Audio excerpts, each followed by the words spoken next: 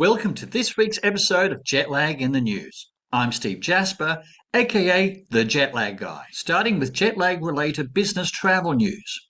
Project Sunrise, Qantas's project of connecting London, New York, and Paris with Sydney and Melbourne with no intermediate stops, has experienced delays due to Airbus's manufacturing chain. In response to questions from the media, a spokesperson from Qantas has responded with, quote, even though the delivery of the first aircraft has been pushed back to April 2027, the following four will arrive quickly afterwards, enabling us to return to our original schedule by November. We continue to work closely with Airbus on the delivery and certification process that will allow us to launch these historic ultra-long-haul flights. One of the features I particularly like about the planned Project Sunrise flights is lighting systems that have been designed to minimize the effects of jet lag. This is a news segment I'm introducing for events that don't fit into any of the previous categories, so this is its debut. Former First Lady Jill Biden has released a memoir and details the time when then President Joe Biden performed poorly in his debate against Donald Trump, resulting in his withdrawing from the presidential campaign. President Biden had an episode where he appeared to zone out, which was later attributed to jet lag.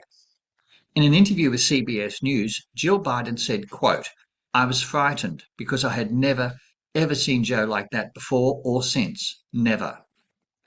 After initially blaming the episode on a cold, then pivoting to jet lag, before finally claiming that the president had prepared so hard for the debate that he got the facts jumbled in his head.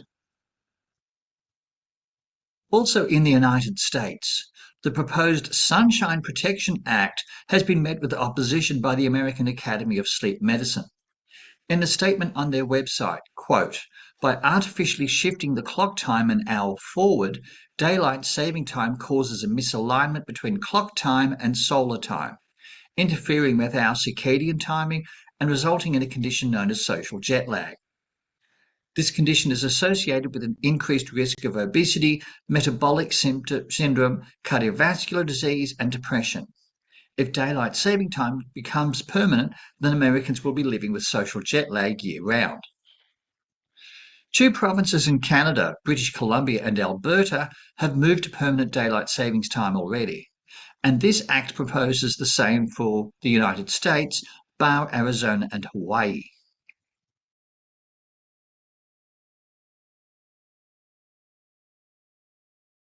Distances is bad for your health, stating, quote, modern life has tricked us into thinking travel is good. It's kind of barbaric for the body. He then recommends a budget of international travel once every 3 months. Not all of my viewers can maintain such a strict schedule, and one person I interviewed for my PhD said he flew from Melbourne to London every month.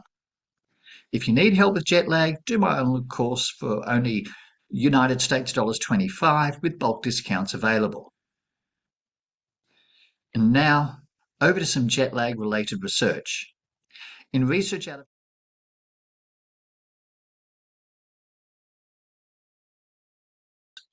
circadian misalignment is a fancy term for jet lag. The mice underwent periodic light-dark cycle alterations to mimic chronic jet lag, combined with a high-fat and high-fructose diet. The researchers concluded, quote, chronic jet lag exacerbates renal injuries in obese mice, end quote. And, quote, these findings highlighted circadian disruption as an additional pathophysiological stressor that amplifies obesity-related renal injuries. Please bear in mind that while this research was conducted in mice and is not necessarily applicable to humans, jet lag should still be taken seriously. Over to the Netherlands. And in a study with the Lifeline's Dutch microbiome project in 6,941 people, it was found that, quote, lower gut microbiome diversity correlated directly with poorer sleep quality, a later chronotype, and more pronounced social jet lag. Social jet lag is when you have one wake-up time during the week and another on the weekend, and is commonly encountered in shift workers. Again, please treat jet lag seriously. And now, Over to some jet lag related news in sport. The National Football League is globalising the game, which has been polarising to say the least. JJ Watt, former player and current commentator for CBS, has been critical to say the least, saying on X, quote, "International game slate is nearing the realm of travelling circus as opposed to occasional showcase." However, the Kelsey brothers, Jason and Travis, yes, that Travis Kelsey, Taylor Swift's other half, support the game going global, saying, quote, "They have a big hunger to see the game of football played. American football, I guess they'd call it. I was over in Dublin last year for the game in Ireland. Awesome experience. More travel, more jet lag. I know a guy who can help." The upcoming FIFA World Cup is being held in North America in the next few weeks. And in terms of travel, some teams are winners and some are losers. Losers. Team Canada is doing a lot of flying, set to travel more than 10,000 kilometres. Their opening match has them flying from their base in Toronto to the game in Vancouver.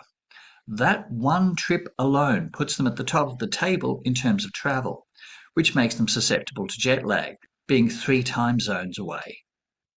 And the winner, Toronto, to the game in Vancouver. That one trip alone puts them at the top of the table in terms of travel. Team Mexico. 2 of their 3 matches are in their base city of Mexico City, with 1 match in Guadalajara, 460 kilometres away by air and no change in time zone. As you're probably aware, my online e-learning lessons about jet lag are up. And did you know I do bulk discounts? If you buy 100 or more courses, you get 10% off. And 1,000 or more courses, you get 20% off. That's on top of the already low price of US $25.